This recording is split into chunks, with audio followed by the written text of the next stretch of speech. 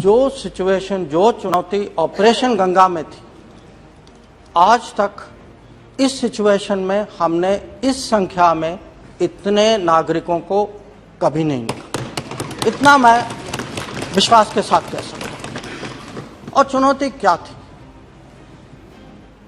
Speaker महोदय, आपको याद होगा कि 2015 में हमने ऑपरेशन राहत चलाया था यमन में। उस समय यमन में लड़ाई हो रही थी, पर प्रधानमंत्री ने सऊदी अरेबिया के राजा को फ़ोन करके उनसे एक युद्ध विराम कराया ताकि हमारे प्लेन जाकर हमारे नागरिकों को वापस ले आए।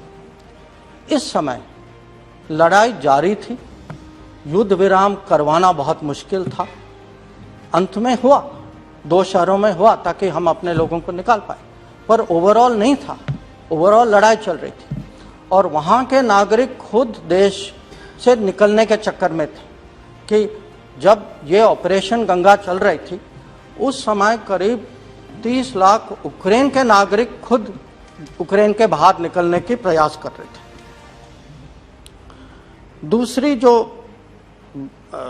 एक किस्म से खासियत थी इस ऑपरेशन में कि जो प्रधानमंत्री का जो पर्सनल इंटरवेंशन जो था, वो भी मुझे लगता है कि बहुत ही अद्भुत था कि उन्होंने 2 समय, और वो मैं उसका थोड़ा बाद में समझाऊंगा आपको, कि उन्होंने खुद फ़ोन किया, खुद लीडरों से बात की। 2 जगह जहां हमारे विद्यार्थी बहुत बुरी तरह से फंस गए थे, वहां युद्ध विराम कराए ताकि हमारे लोग निकल पाए वहां से।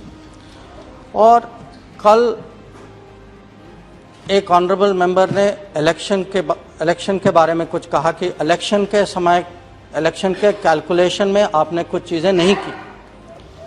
मैं यह भी हाउस को याद दिलाना चाहता हूं कि इलेक्शन कैंपेन के बीच में प्रधानमंत्री दिल्ली वापस आए, लीडरों से बात की, मीटिंग की और डायरेक्टली सुपरवाइज की।